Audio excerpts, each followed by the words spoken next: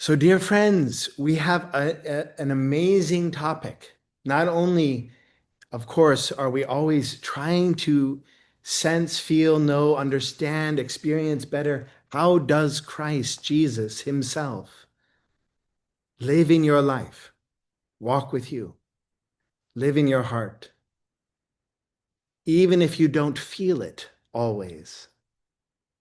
Can I trust it? That's also a meaning of faith. And if I don't even have the faith, can I beg for it from God? Lord, I do that all the time. Lord, help me. I feel nothing. Help me feel your trust, your hope in the Spirit, your love.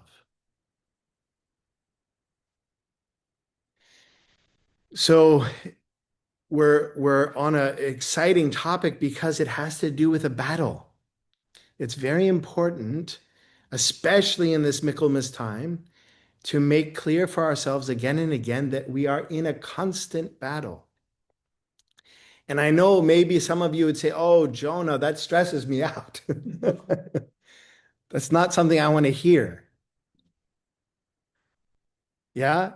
I just want to have my comfortable life. Please don't let me have to reckon with a battle. But I tell you, in the long run, it's a better medicine to try to accept that this is the reality in which we live. And it doesn't mean that I always have to be awake. I can also pray for the protective sleep consciousness when it's needed. Lord, help me just rest today. Tomorrow I'll take up the battle. That's also possible. For example, before I went on vacation, we had a wonderful vacation in the summer. All kinds of things were happening in the world, battle things. All kinds of difficult things were happening also in the life of the Lenker and the life of seminary director. But my family needed a pause. I needed a pause. We had a wonderful week in Portugal because of many graces and blessings. And I prayed before we went, Lord, help me rest now. Give me a pause. Protect this, if it be your will, so that I can be rejuvenated in 2 weeks to take up the battle again. This is a very important type of prayer. We need to actually bring our vacations, our pauses, our rest times into relationship with grace. And interestingly, this is part of the battle. Part of the battle is to also bring grace into every part of your being. Even those difficulties and struggles that you cannot overcome.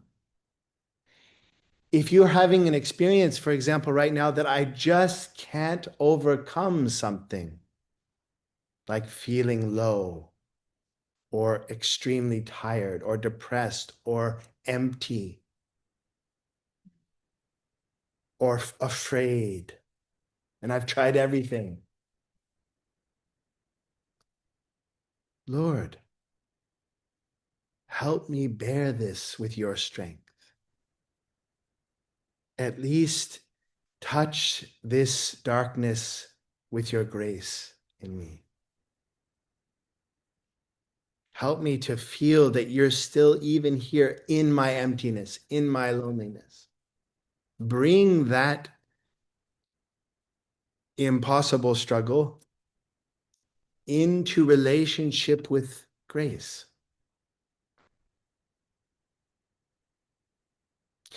So last time what we did was we looked at the heart, if you remember, this powerful image of the heart as a archetype of how we battle. And today I want to talk about more and more how we battle.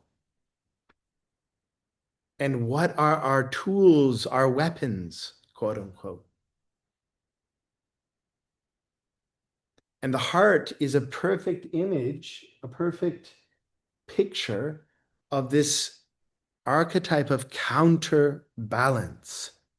Counterbalance. That's something to write down.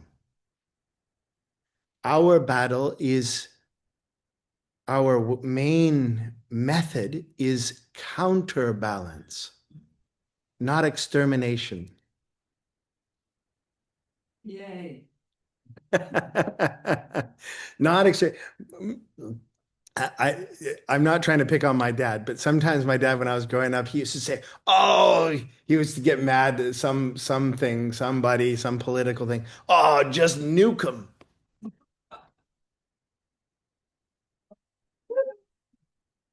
Just nuke him." Yeah, he's American. Surprise, surprise. Sorry, we're American. Yeah. Or when my parents split up, this was also funny. When I was little, he lived in Oregon and I lived in California. And so he would make the drive, the 7 hour drive from Southern Oregon to Sacramento to pick me up and take me back home. And when we would drive, he would get really pissed off at some of the trucks and the cars. And he had the AES system,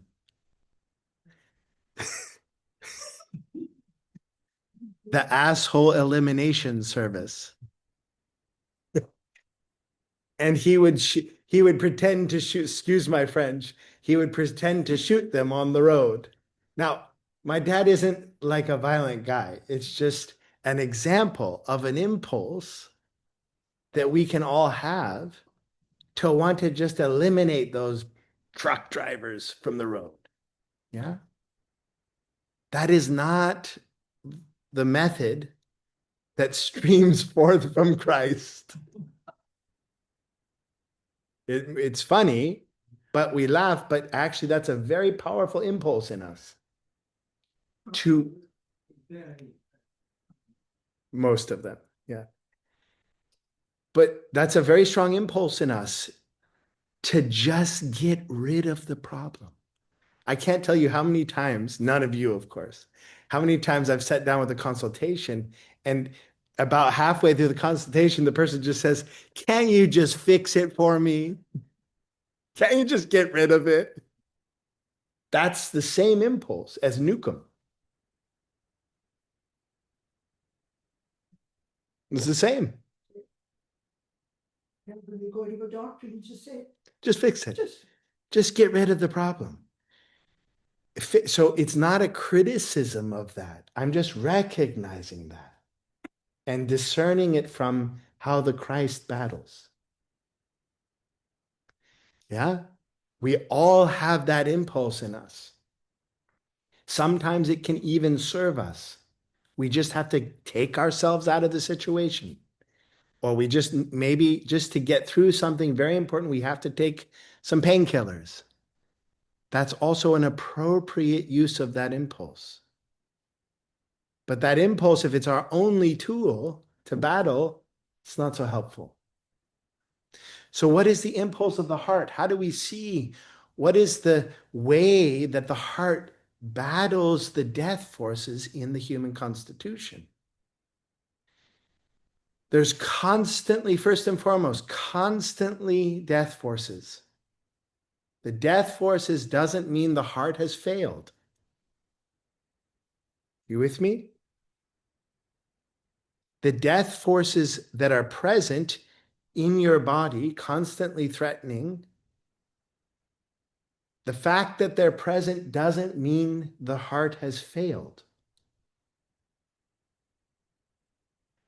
The fact that in your being you have selfishness doesn't mean you failed the battle. You following? The fact that you may feel in your soul depression or jealousy or anxiety or hate doesn't mean that you've failed the battle. Very important. Counterbalancing is not getting rid of, it's counterbalancing. The heart is constantly feeling the forces of the death. And then what is it doing? It's bringing, it's receiving oxygen from the cosmos and bringing that into relationship with death so that it's counterbalanced with life. If I'm feeling the presence of fear and I want to breathe in something that could counterbalance fear, what would I do? Love. Yeah, so fear is a moral death force. To sort of counterbalance a moral death force, I can't just use the daylight. I need a counter moral force. What counterbalances fear? Love, trust, faith, hope, courage. Not anything, but these are specific. It might be a certain kind of fear. So, oh Lord, in the presence of my fear, help me receive your courage, your trust, your faith. You see, that's an act. You can't just rely, your heart does that automatically. This kind of counterbalancing, your I must choose. Help me to receive your courage in the presence of my fear. You can also think, I am worthy of this battle. It's being given to me, therefore I am worthy of it. Okay, so there's another aspect to honor and justify and give integrity to this fact that you're in fear and that it's a battle. And then to breathe in, this is worthy. This is a worthy battle. That's a moral substance from Christ. Do you see how this is? It's not biological breathing. It's not literally heart breathing. Those are just images of what your eye is called to do out of its own freedom. Recognize the death forces. Maybe I'm not feeling this is worthy, this battle. And breathe in what can bring worth to it. Yeah.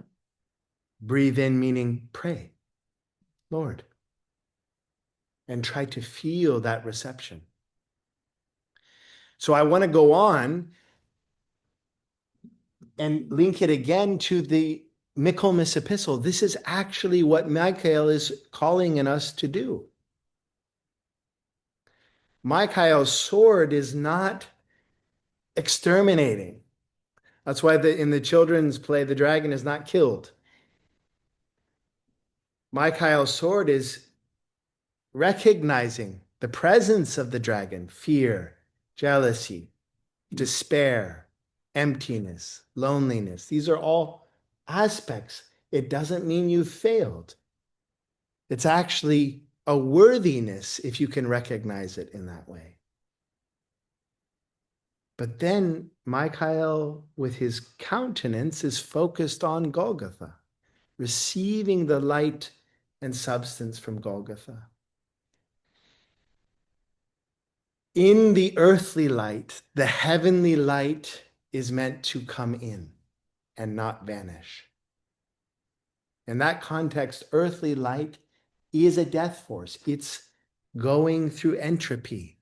The sun is dying. The material world is not your true home. Golgotha is your true home. We're called to breathe that in, that the heavenly light vanish not within the earthly light, not the same thing. All of this to say, and this is the quote I promised from last time that I never read. This is from Rudolf Steiner from a cycle called Building Stones for an Understanding of the Mystery of Golgotha. Rudolf Steiner, it's often missed, but he's very clear about this. Again and again, various sources, especially to the priests in the priest cycles. He says that the moral world order in the present, the moral world order, what's that? The moral world order. Forgiveness, love, faith, hope, long suffering, patience, self control. That's the moral world order in Christ. He's living that with us here. His kingdom is the moral world order. It's esoteric. Remember, we spent all of last year studying that. That the moral world order in the present is the germinal force of a future order of spiritualized nature.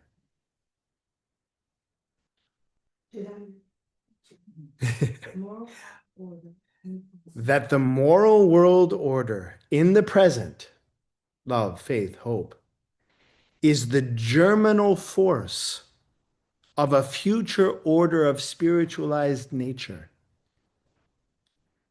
is the most real idea that can possibly exist.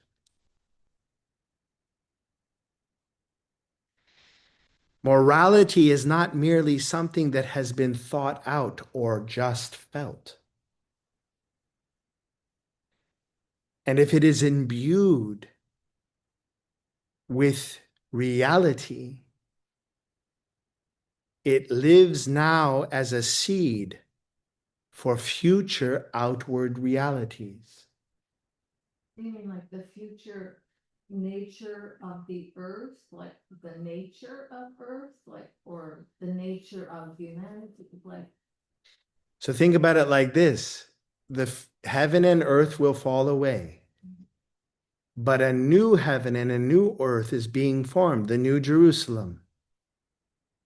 And it's not material, but it still has a form and has a reality, and that's our future. And it's built out of moral substance, faith, hope, conscience, compassion, love, long suffering.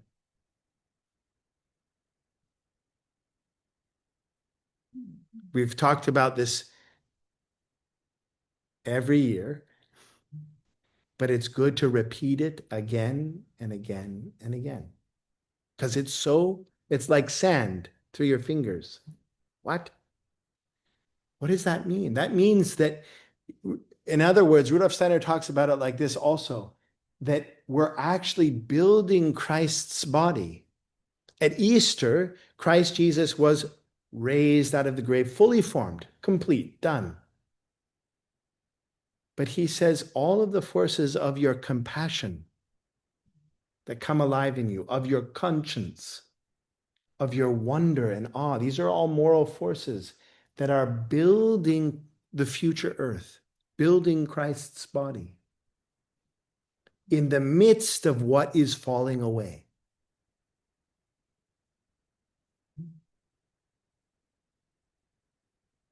This is what we've been talking about. The more the human heart is able to cultivate and breathe in the moral substance of Christ in the midst of the death forces, the more we're actually, astoundingly, overcoming the adversary. That's the battle. But the battle is not exterminating, it's in the darkness cultivating the light. And the light is these moral forces that can come into counterbalance with the death forces.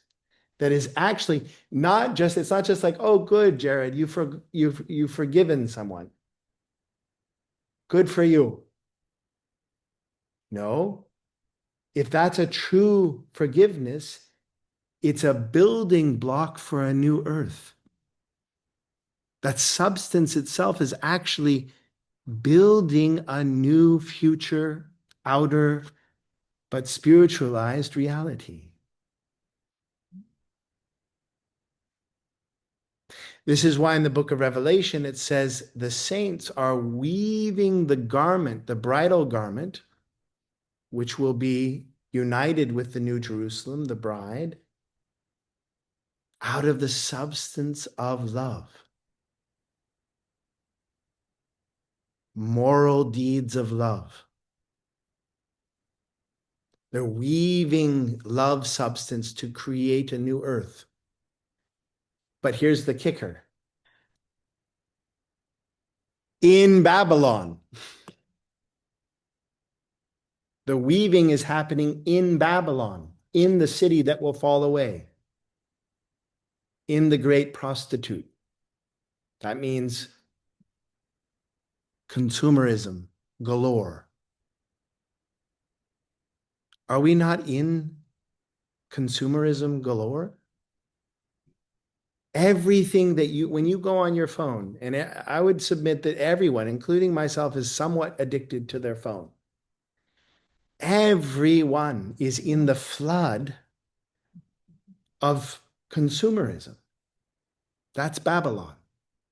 Those are forces of death.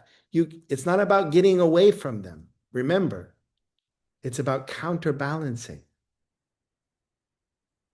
That's why also Rudolf Steiner says, in as much as you enter sub-nature, I like watching Netflix too. We need to counterbalance it with true imaginations, true experiences of the spirit, like at the altar, true meditative moments, counterbalancing death with life.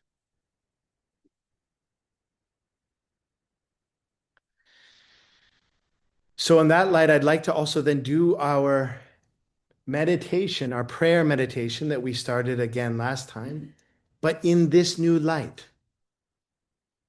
We're battling, friends.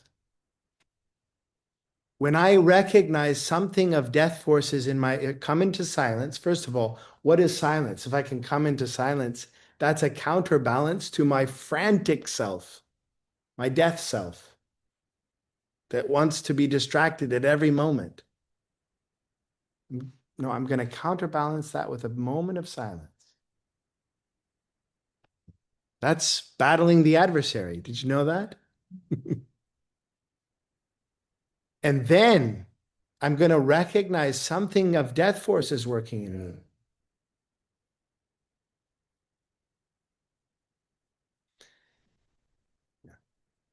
It looks like a delivery guy entered the church and he's yelling, "Who's there?" So we're just taking a moment.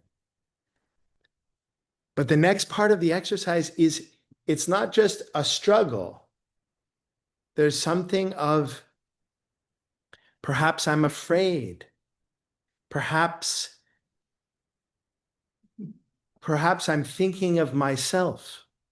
Have you ever been in a struggle with another person?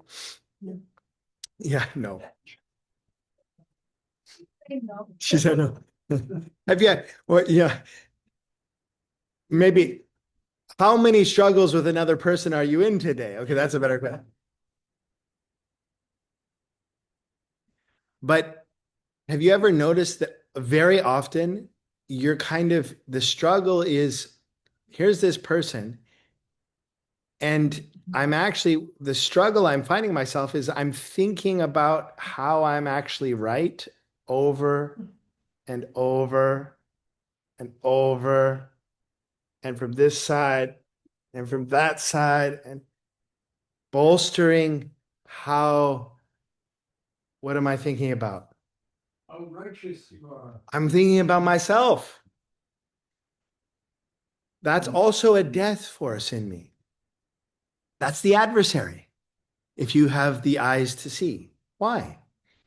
Do I condemn myself because I have the adversary? No. I'm just noticing, oh, I have a profound impulse to just think about myself all the time. What do other people think about? Yeah, that's still thing. What do other people, how is this being perceived? How is my reputation? It's all about me. Oh, I can recognize that. And I have done many times.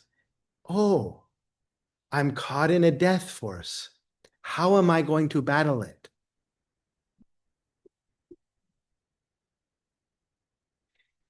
You see, it's so much more productive to work with the death forces that arise in you than to try to fix the death forces in another person. Have you ever tried that? You can keep going. I'm telling you, I sometimes I say, well, let's just see how that works. Try, how many years have you been trying to fix your husband's death forces? Yeah, how's that working out for you? But actually, the secret of the battle is that the battle is meant to be waged in and with your own being. It's the secret of why Christ says, first take out the log in your own eye so that you can see clearly.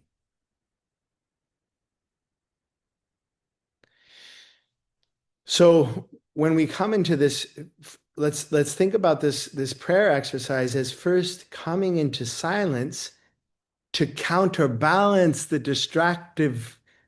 distraction death forces in me, to recognize something of the adversary in my struggle.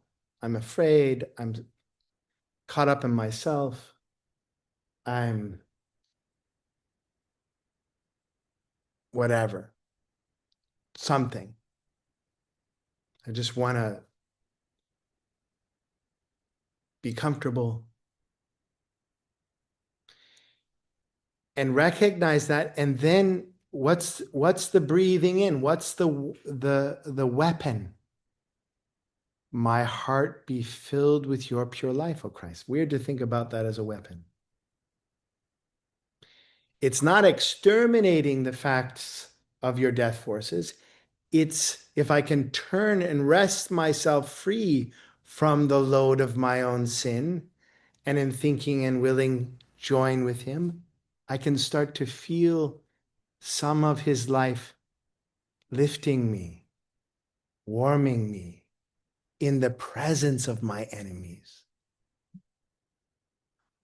What does David say? You set a table of abundance before me in the presence of my enemies. That's the same principle. Yeah. What you put your attention to gets stronger. So we want to focus on the Christ coming into us that indirectly starts to work on the presence of selfishness, envy, fear, hate in us. Good. So let's try that again.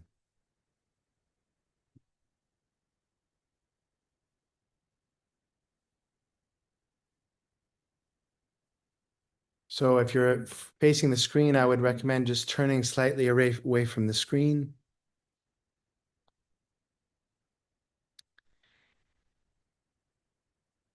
And take a deep breath and try to come into awake stillness.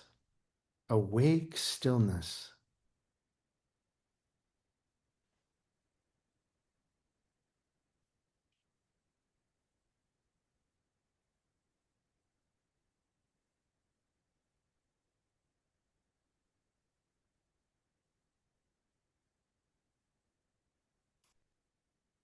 And now try to find something of what you've been wrestling with. Something of the forces of death in you.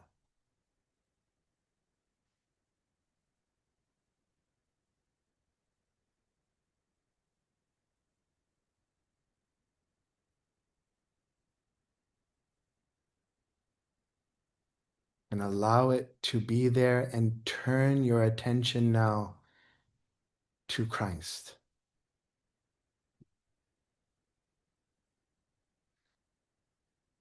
My heart be filled with your pure life, O Christ.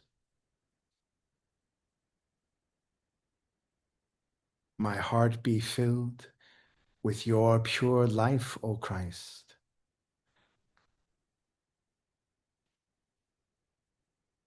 My heart be filled with your pure life, O Christ.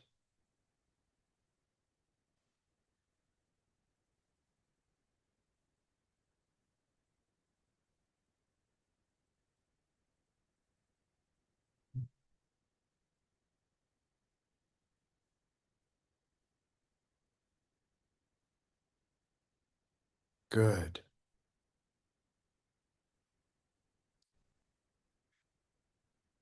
Slowly come back.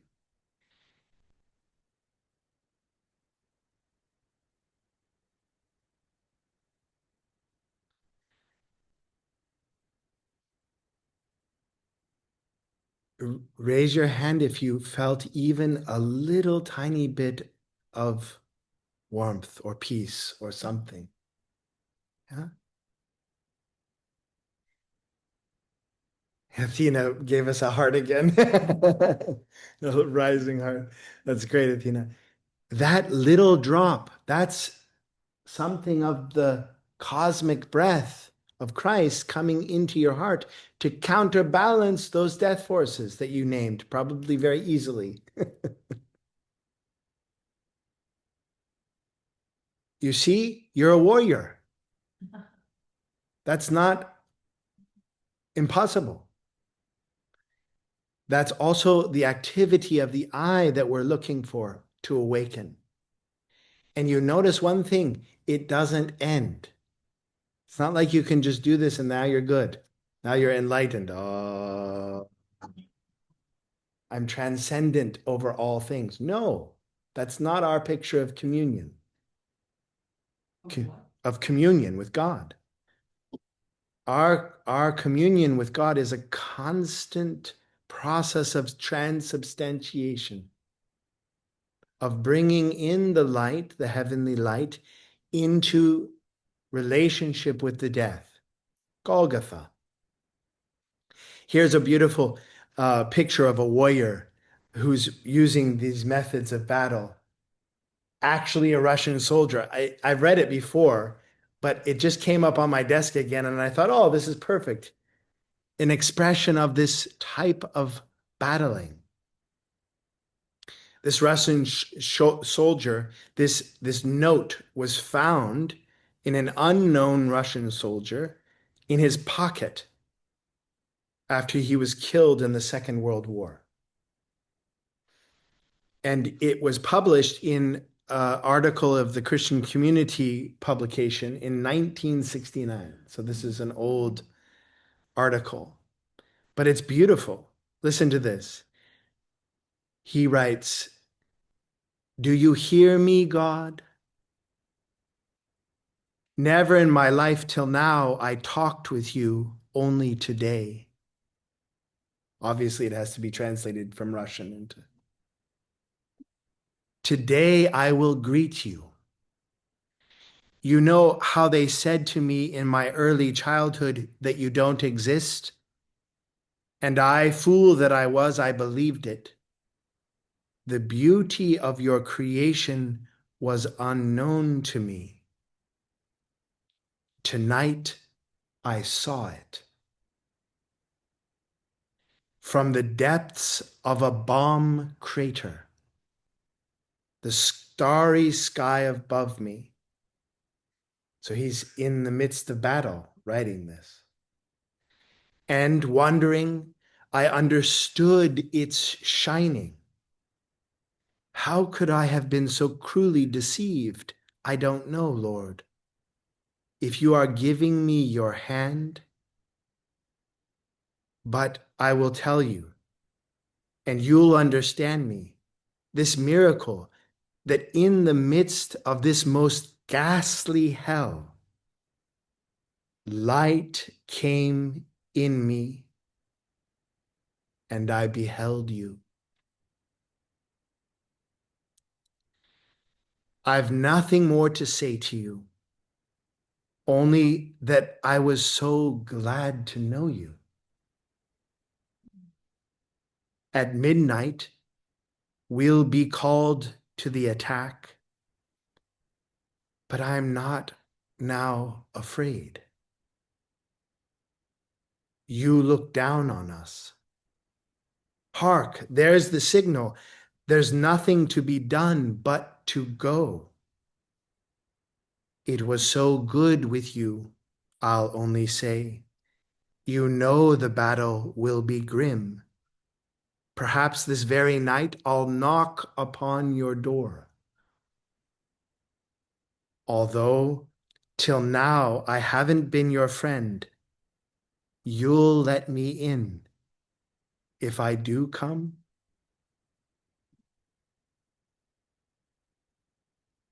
It almost seems to me I'm weeping, God, as if it happened that my eyes were opened.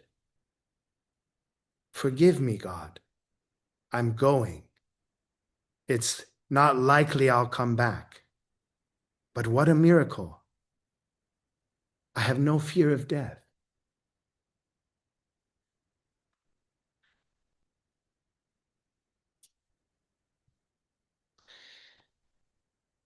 So there's an actual warrior, an actual soldier who's experiencing the death forces massively.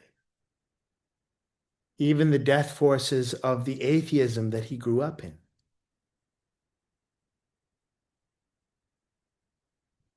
And yet, through grace and through his own spirit breathing it in,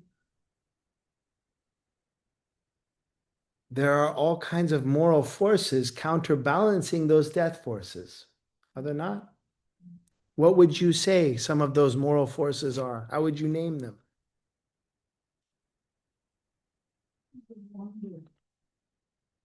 Wonder, that's one of them.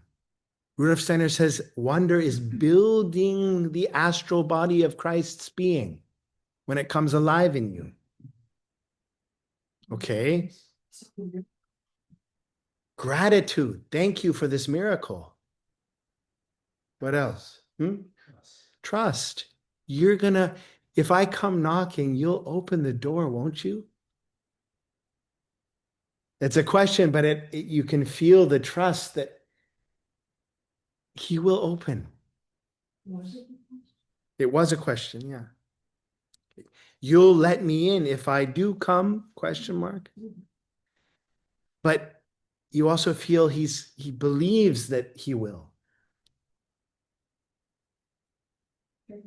Faith, courage. I'm gonna go. Reverence.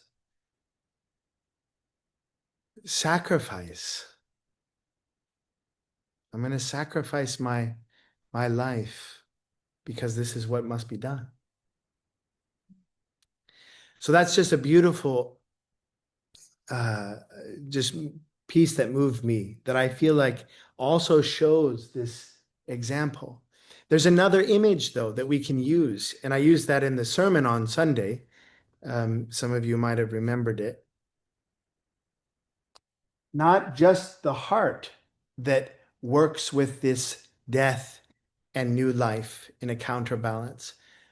But if we look outside right now, most of us are seeing these incredible beings full of color. Well, maybe not in the southern hemisphere. I don't think your trees are changing in the southern hemisphere. But our trees are certainly changing. Beautiful colors. And the dynamic of the trees there, working with the reality of the outer world, is that they're working with the incredible cold in the mornings and in the nights, the presence of the cold, as well as the light and warmth of the sun. They're bringing those two together, combining them into, that's what makes those beautiful colors. The extreme cold combined, not gotten rid of, but combined with the warmth of the sun. Can you see that also as an image of this counterbalancing? Then the colors are like the victory colors. Yeah? The color is like the shining of the one who stands counterbalancing the adversaries, not getting rid of them. This is the statue of Christ. Yeah. Something that many of us don't do often enough, I'm assuming, is acknowledging the elemental spirit.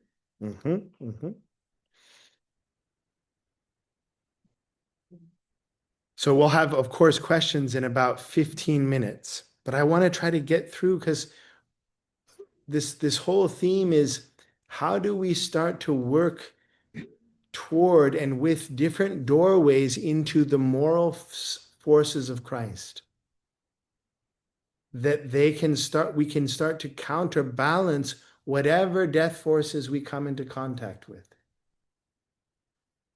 that it becomes more and more conscious in you as an I activity to become like the tree that works with the cold and the warmth to create the rainbow,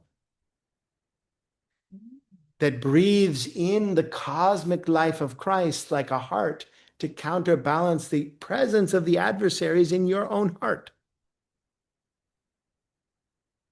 This is how we fight and face evil in a Christian way. We don't fight and face evil in a way that says, you do whatever you feel is right. Moral relativism doesn't work in the battle. It's not a very good tool. It also doesn't work to just say, we should just protect our traditions.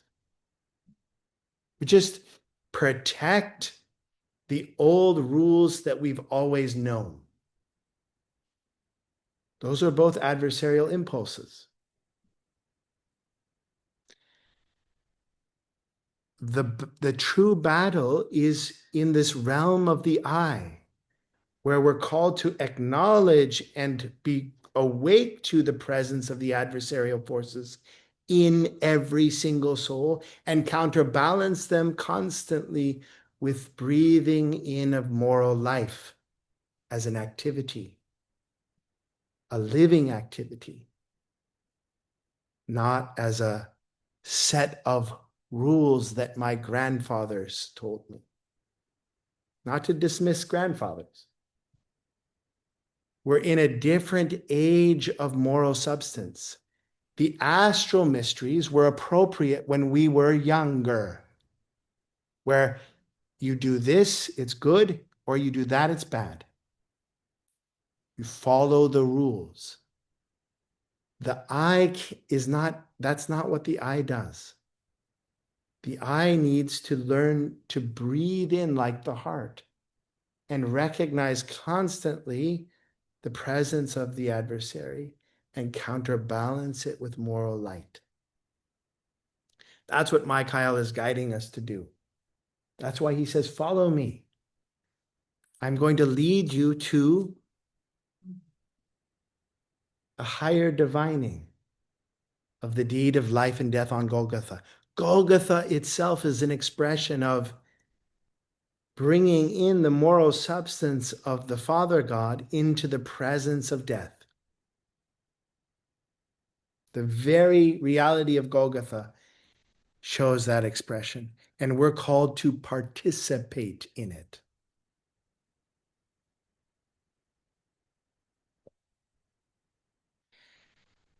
This is why we hear Paul in our gospel for this week.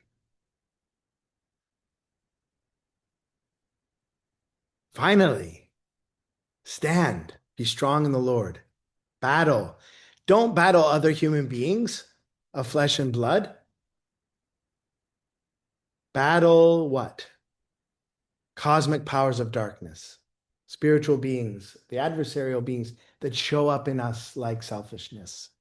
But he gives us the guidance to put on truth, to counterbalance the force of untruth in me. put on faith, put on. How do you do that? Well, there's two general ways that we can put on moral substance. Just select which color I'm going to use here. Meditation.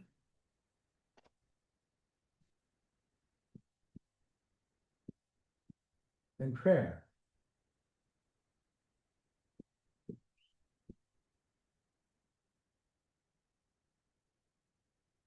Two ways to breathe in the cosmic substance of Christ's moral force.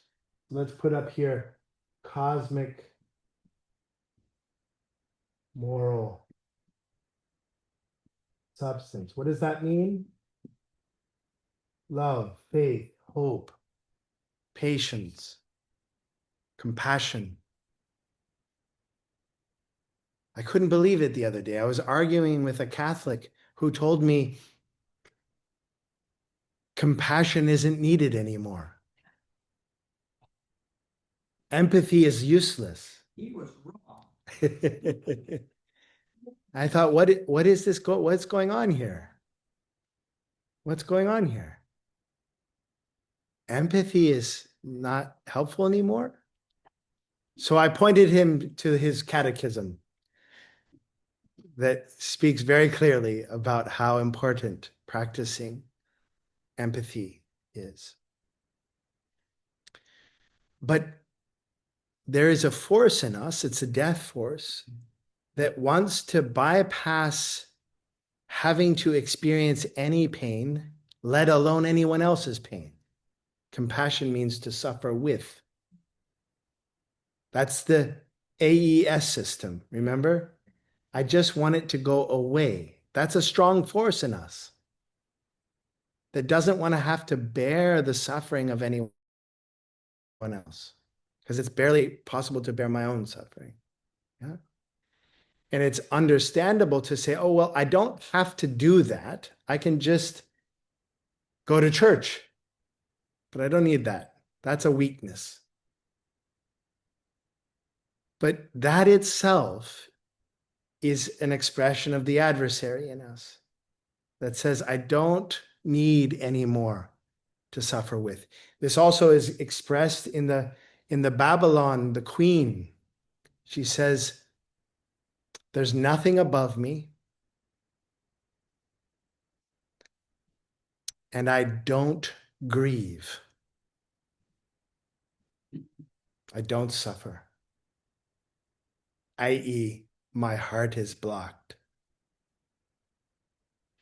So that's also important for the discerning spirit to know, actually, that's a force of Babylon in me that doesn't want empathy, that thinks empathy is a fundamental weakness that hinders something.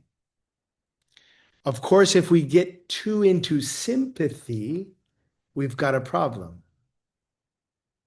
We can lose ourselves in another person. That's also an issue. But to say no to suffering with another is an impulse from the adversary. So these two doorways, these two ways of breathing in, prayer and meditation. Oh, our time is running out. What do we breathe in? What do we do when we pray, when we meditate? We enter the spiritual world, actually. And the spiritual world in general has three layers. The first layer is, you could say, images.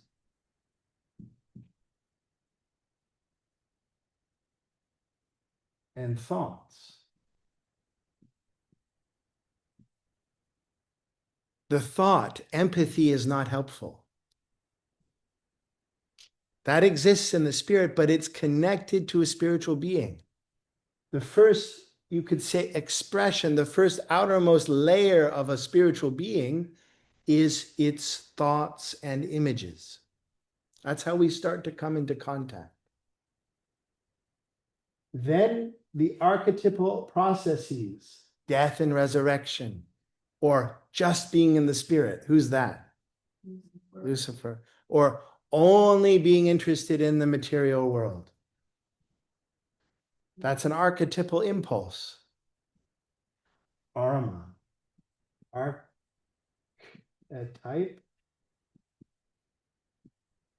And the feelings that come with that, the feelings and the impulses.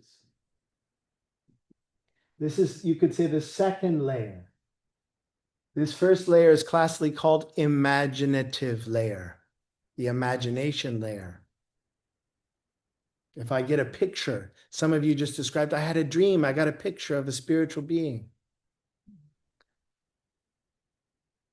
That's that's an image. That's the first layer. Who that spiritual being is, that's another question. Oftentimes we're wrong. Oh, I saw a being of light. Well, Lucifer can come in light too. Archetype, feeling, impulses, this is the inspirative level, inspiration. It's a different depth of coming into the spiritual world. And finally, we have the beings themselves, the encounter, where we actually feel it's not just a thought or a process or an image, it's a being that I can encounter. This is intuition, not like we normally think of as intuition, my hunch. Intuition in spiritual science is the level of knowing where I come into contact with an other being.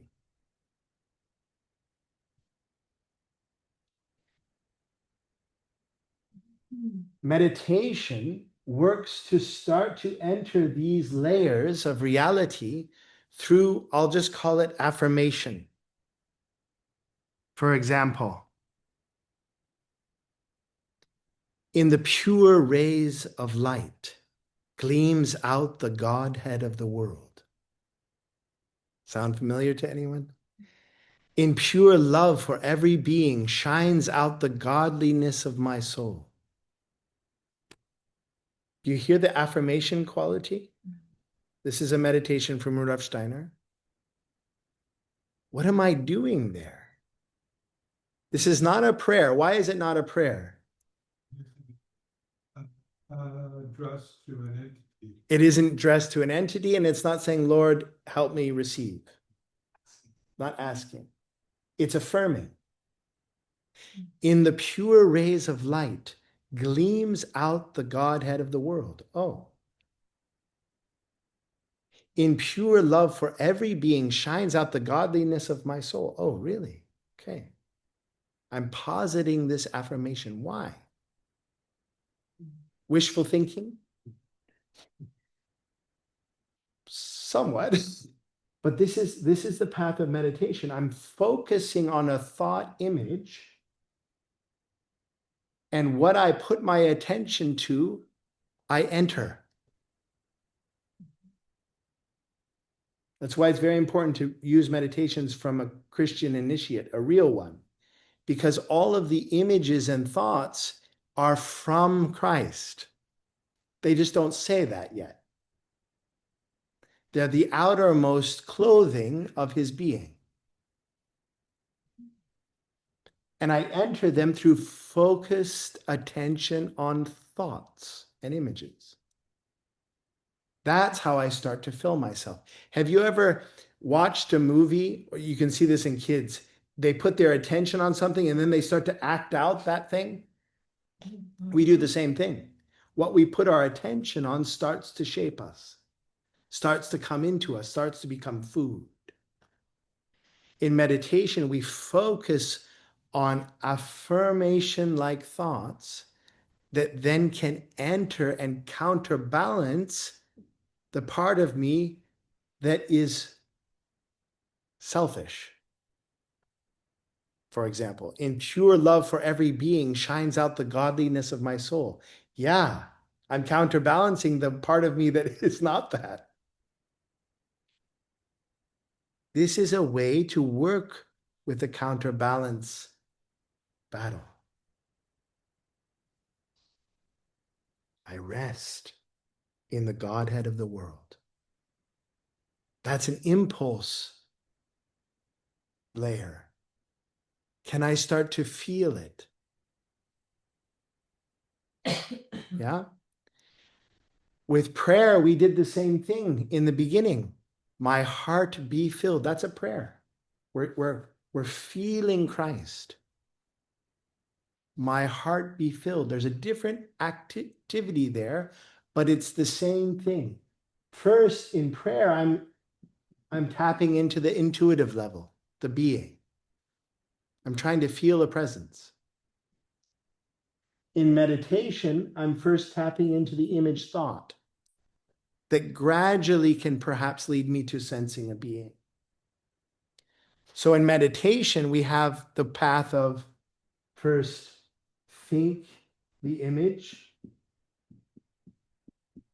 affirm, focus on the affirmation, so to speak. That then leads to feeling. That's very important to feel those thought images. And then finally, perhaps to an encounter.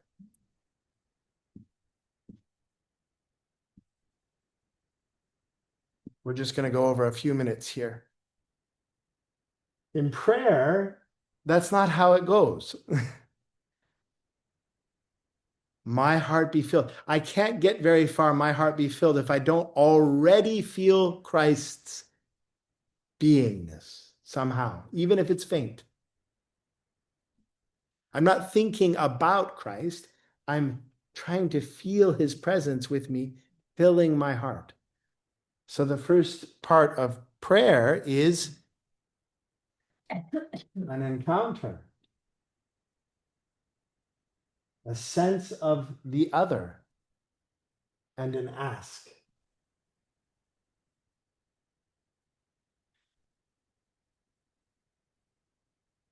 But very quickly, that also has to be felt. That's the journey. That's why I asked, did anyone feel anything? But that's gradual. You can't force it, can you? And in our consecration service, only toward the very end does it start to think in us. Do we start to understand who we're praying to? That's the third part of prayer. Think or understand.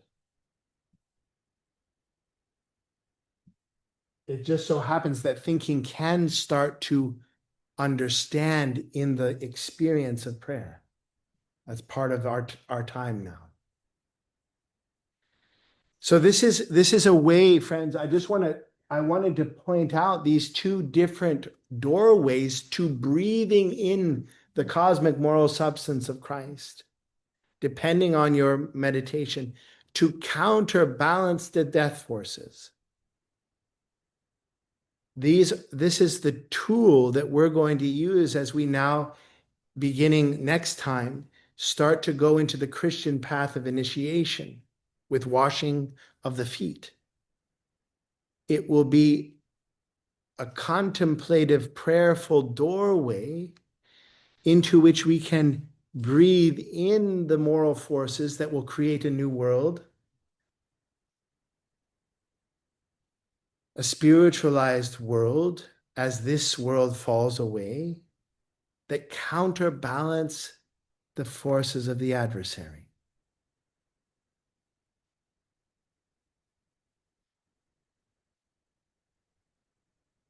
Good. That's what I wanted to share today. I see three questions already, and then we'll also be open for whoever. Athena gave us another heart. Yeah, good. So I wanted to kind of set up the method and the doorways through which we're going to use to go into the Christian path. Washing of the feet, scourging, crowning of thorns, death, crucifixion. You'll see. So, yeah. because it was their class, there's three, and we are here listening in. Um, are we to let them ask questions first or? No, this is a combined thing. First of all, it's not their class. It's combined. They have a special class after this for their own processing. Good question. Yeah. Good. Okay. Who was first though? Elizabeth and then Christopher. Question about discerning. Okay. I think that when you were saying that it's good to use something like a Christian initiative, which I guess already would give you the confirmation that this is something worthwhile, but when you were having that conversation with the priest or with the Catholic, Yeah. do you think then he discerned that there was something to be thought of in what you pointed out to him about the catechism? You know, Oh, when you mean the cat, and by the way, I'm not denouncing Catholics. It's fine, but it could have been anyone. But are you asking when I had that conversation with a Catholic and I brought him the catechism that said actually empathy and compassion is one thing that we're also meant to really practice. Yeah. Did he pause for thought? Yeah, Is that your question? Yeah, he did. because another Yeah. question I have is when you read the Old Testament or the New Testament, you can find different passages that would not necessarily be so helpful, right? Versus you can find passages that are extremely helpful. So that goes to show that we have an element in it. It's not just that we receive it. It's like discernment. Discernment is key. Absolutely. So I just want to emphasize that Elizabeth is saying it seems discernment is so important. It's vital. You know, I don't know if you've noticed, but you can make your case, you can rationalize and use gospel passages for almost anything. It's amazing how much the Bible is used for all kinds of atrocities. So it also has to do with discerning. That's why we're being challenged at the ego level now to discern, how does the adversary actually work in me, first and foremost? What are its signatures? How do I notice that in me? If I'm just looking at other people and other things, you can be sure you're going to get confused because you're basically in blame mode. So the discerning quality, what am I actually discerning, is the medicine and the sickness. That becomes a massive, and you know, if you really want to school yourself in that mystery of understanding sickness and learning to work at this subtle discerning level, deeply studying Romans 1 through 9 is one of the best medicines. But do it with someone who's done it before, someone who's educated themselves in these mysteries. Paul it's a masterpiece of this exact challenge. And this is what we'll be challenged with more and more. It's not going to be so easy. The Antichrist will come as a savior, as a lamb, perceived as a lamb, as good, as helpful, as solving the problems. What does that tell us? That means our discerning has to be razor sharp, and we're not going to be, it's not about convincing masses of people either. Yeah. So that's a very good question. Just one more example of that. Patrick and I talked about it on the Patreon last episode that hasn't come out yet. So you're not missing out yet. In the apocalypse, the lamb and the beast are very similar. They both have a death wound, they're described. But the beast's has closed over, and the lamb's is open and bleeding out for the life of the world. See how similar that is? Just, just in a discernment level. They've got the same type of thing going on, it's just slightly different. That's the kind of discernment we're going to have. Well, what does that look like actually in daily life? What is a wound, a death wound that is bleeding out for the life of others, or a death wound that closes up and hardens? How does that look in you? That's the kind of level of discernment we're talking about. Good. Christopher. Well, I'd like to speak to the role of physiology in this whole process to help us understand a little bit deeper how this is working. Okay, but not too long, because Not we're, too long. yeah. In prayer, we can't fill our heart with Christ until we breathe out. In prayer, we can't fill our heart with Christ. Until we Have something. exhale to make space. Make space. So we need this diastolic process as the heart is teaching us that when the blood is received by the heart, the etheric heart actually is expanding, is creating a negative space to receive that blood, which can then move forward through the body. So it's the diastole that's really a huge gift for our understanding, both in prayer and meditation and physiological. Beautiful. So I want to just repeat that, and you correct me. So on a physiological level, there's also a kind of emptying out, if I can put it that way, that's necessary so that it can be filled. It has to be. Right? So this is also a mystery that we work with in the seminary. This is part of the activity of the eye. The question is, how does this physiological reality translate into our conscious participation, our conscious willed eye activity? We call that the mystery of the overflowing cup, the mystery of the empty cup. That's another name for it. The question is, okay, so your heart does that, but how do you? What is it like on a soul spirit level to empty out so that you can be filled? It's the first stage of death. It's the first stage, but it's the first stage of a little death that we're meant to be doing in life, right? What does that mean? So, for example, when I say, okay, come into silence, stop thinking about stuff. Let it go. Come into stillness, awake stillness. That's emptying. Your heart doesn't do it for you. You need to do it. You need to take up the archetype of the heart and actually learn to will it. What else is an emptying? If I recognize, let's say I'm feeling really in despair today,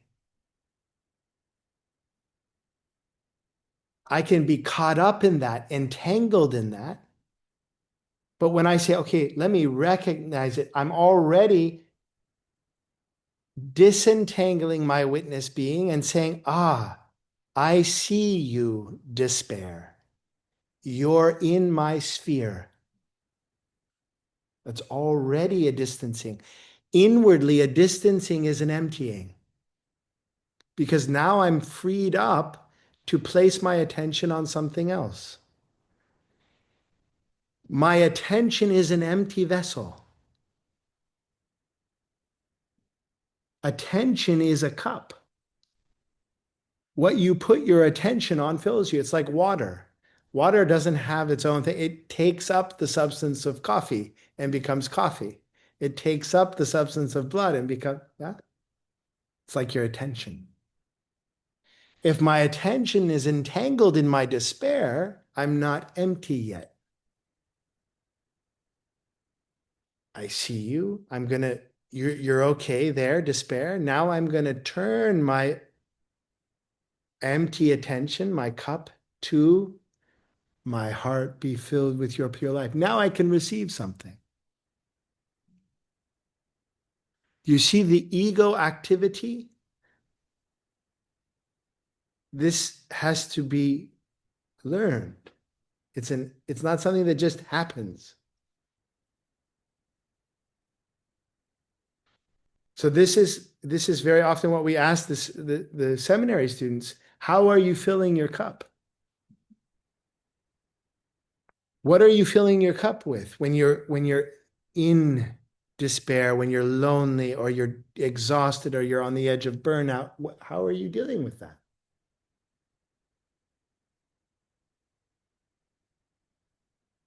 Good question or good picture. Thank you.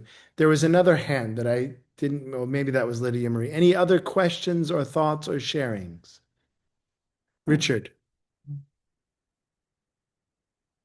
To understand how this image of the armor ties in with the other image from Paul. When I'm weak, I'm strong. Great question. Okay, so if I'll repeat it, Yeah. and you tell me if that's what you meant. So Richard asks, I'm trying to figure out how these two words from the Apostle Paul connect. One, he says, our battle is not with human beings, it's with spiritual powers of darkness. And I'm going to put on the armor of Christ. I'm going to put on the shoes of peace, put on the shield of faith, put on the helmet of salvation. How does that connect? How does that jive with 2 Corinthians 12, where he says, when I am weak, I am strong? But I thought you talked about the despair one.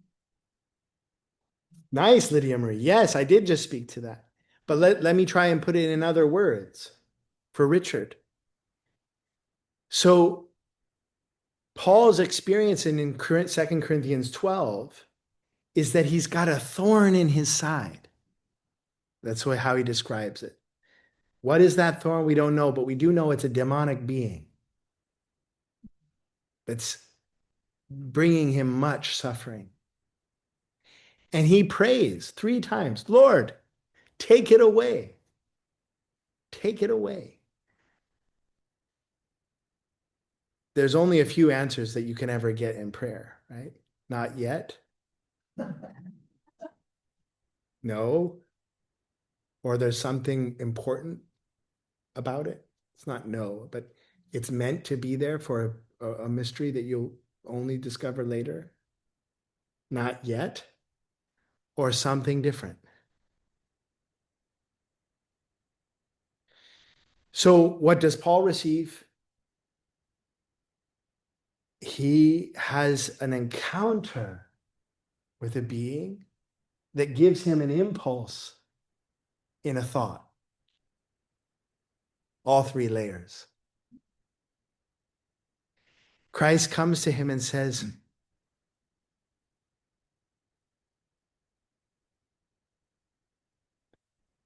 it is sufficient that my grace come to you through this pain. In other words, this thorn is a doorway through which my grace is going to come into you. The holy wound. In other words, this trial, this pain is exactly the conduit through which my being is going to bless you and strengthen you.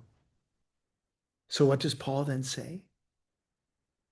Therefore, my friends, I don't boast about my gifts. I boast about my adversities. Because when I am weak, I am strong. Why? Because the thorn it weakens him. But the thorn is also the doorway for Christ's grace to come in and strengthen him. Yeah, constant reminder.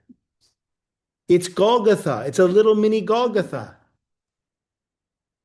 Christ is he not weak on the cross?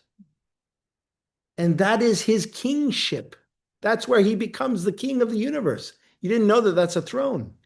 I walked into the Westminster Chapel in London, not the famous one, but the Catholic one next to it, near Victoria Station. And it's a beautiful, huge cross hanging.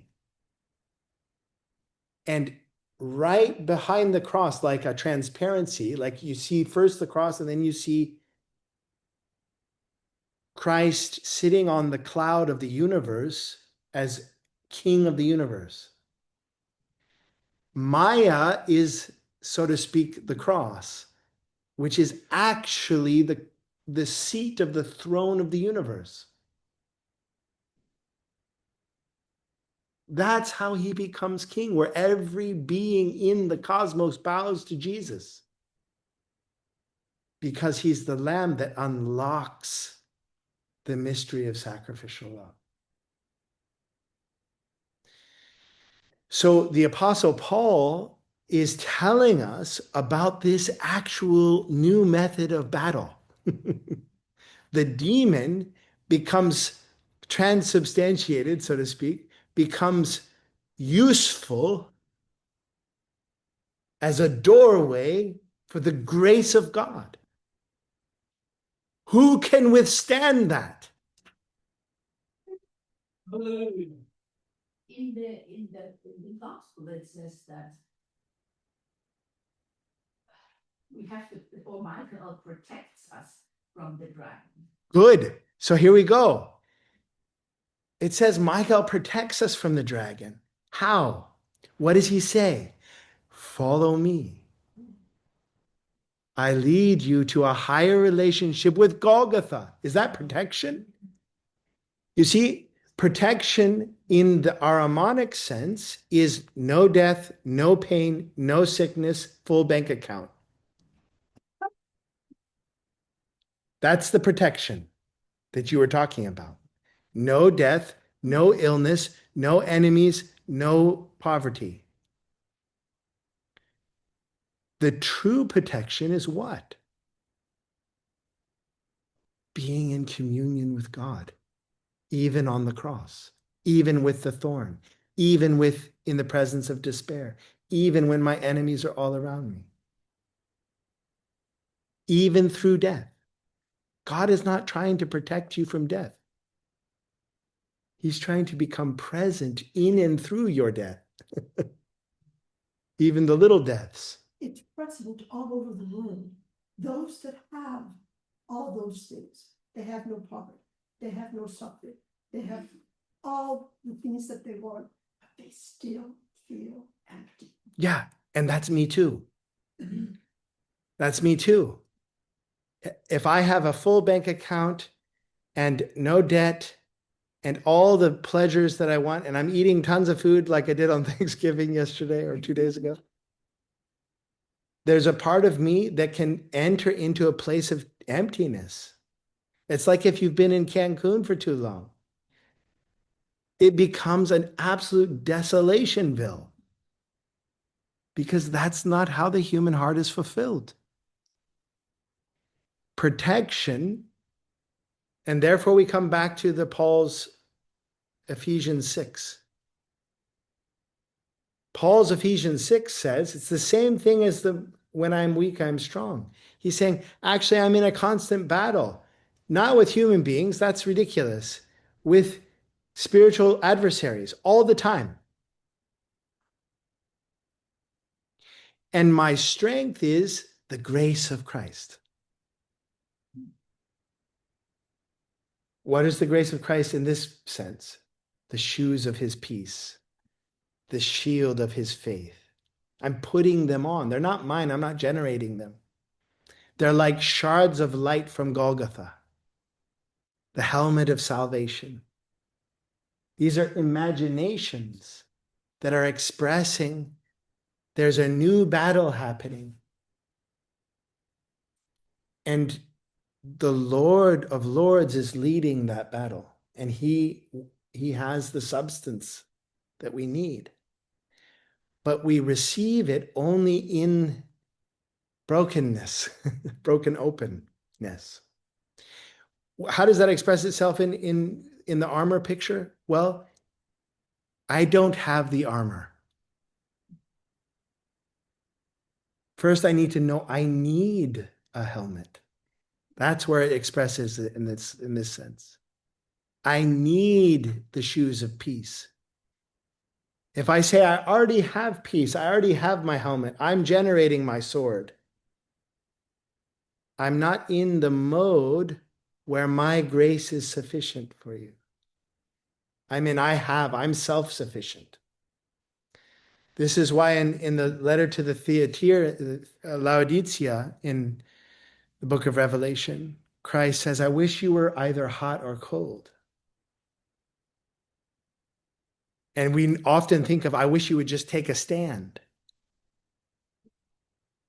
But that's not actually what he's saying. I wish you were in need of warmth because you're cold. I wish you were in need of cold because you're too hot. I wish you were in need so you would ask and I would give it to you. Don't you know you're naked? I'm ready to bestow my being on you if you simply acknowledge deeply in powerlessness. Help. Let me feel your faith in the midst of my doubt. Earnestness, with earnestness. That small word put is very important. Put on. Put on, not something I generate. The heart does not generate its life. The tree does not generate this. It also receives it, works with it. We're meant, as I beings, we're meant to be divinely interdependent with God. Yeah, one more question from Lydia Marie. You all just get to listen today. My problem is I don't know how to formulate the question. Mhm.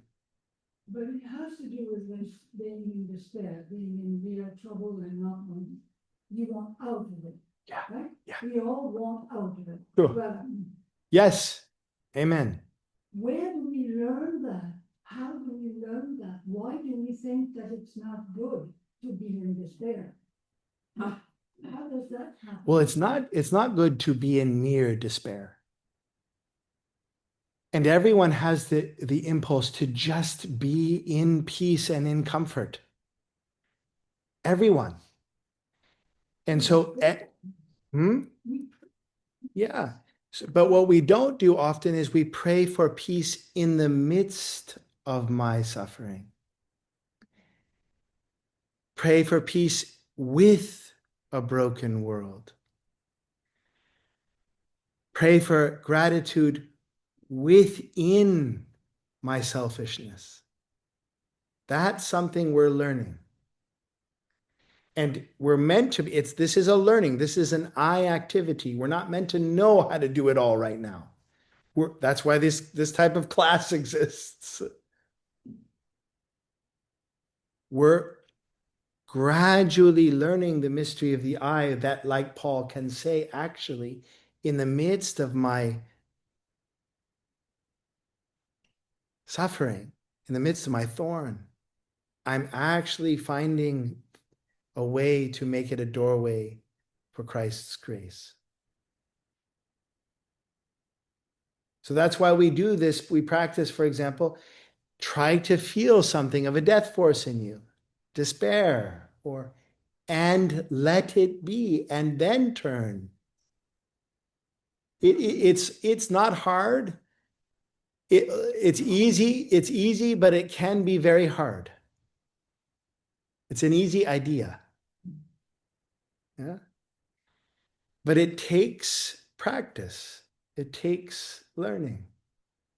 Because we've had so many incarnations in the old mysteries, where the old mysteries were you're either good or bad, you're either pure or dirty, you're either in despair or you're full of hope. We're no longer in the old mysteries. We're in the mysteries where we recognize our strayings, our denials, our weaknesses, our unworthy creature as a preparation, as a reality into which we receive transubstantiation. Consciousness, so Yes.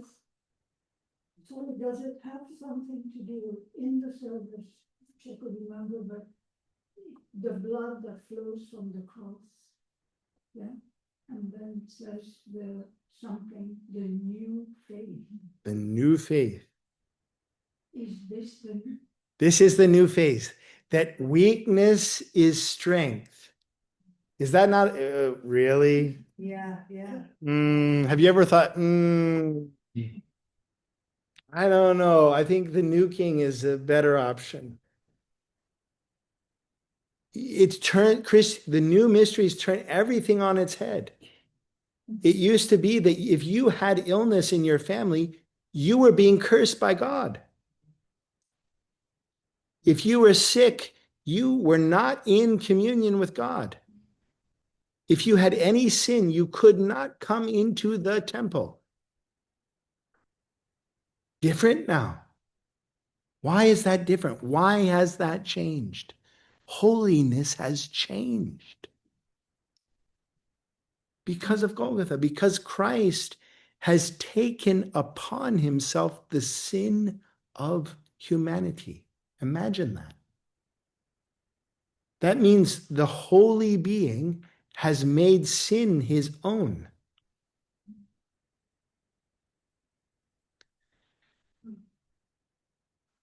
That means now sin is connected to the holy being. So if I say I get rid of sin or get rid of any darkness or any, I'm leaving Christ. Holiness is not the white garment anymore. Holiness in the book of Revelation is the white garment washed with the blood of the Lamb, the new faith. I was giving Beth communion the other day and I spilled some on her shirt. And it was right on her heart. And afterward I said, Beth, that's a blessing. That's a protection. And she was very happy. Good friends. All right, we have to end, but I'm very grateful for your deep attention and your questions and your wrestling. This is beautiful. And next week, no class. The following week, we'll take up the washing of the feet, the mystery, moral substance window of how do we breathe in the washing of the feet. Okay, blessings.